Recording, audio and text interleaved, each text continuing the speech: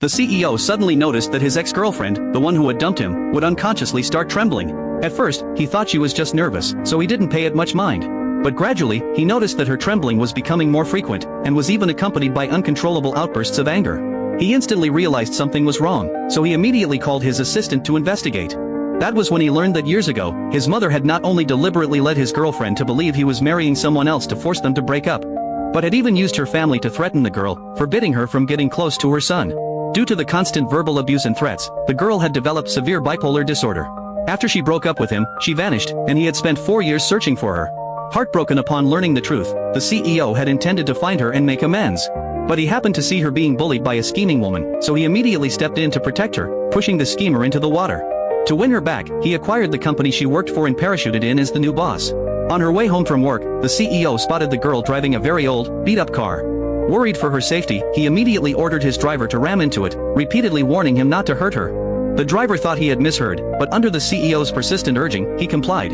However, as soon as the collision occurred, the CEO scolded him for hitting too hard, leaving the driver looking utterly helpless. Just then, the girl spotted the CEO in her rearview mirror and immediately got out of the car to confront him. The CEO offered to compensate her with a new car.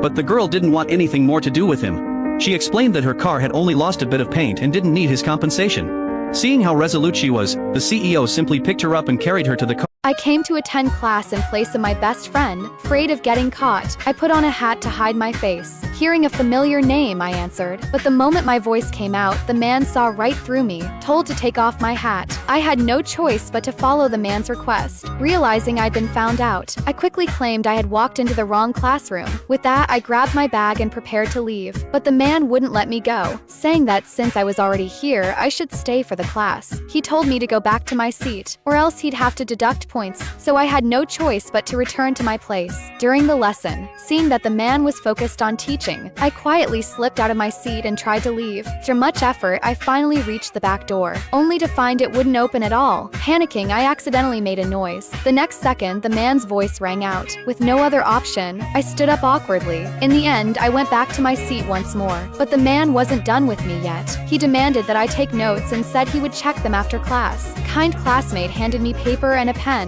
I didn't understand a thing he taught. Even after class ended, I was still scribbling furiously. When I finally brought the notes to him, he didn't even look at them and just told me to leave. Watching his back, I could only stand there fuming. Later, I complained to my best friend, and that's when I found out the man is a young and accomplished dentist. Just as my friend and I were laughing happily, the next second the man appeared right in front of me. Startled, I spit out the water I'd been drinking. Recovering quickly, we both apologized, but he simply turned and walked away coldly.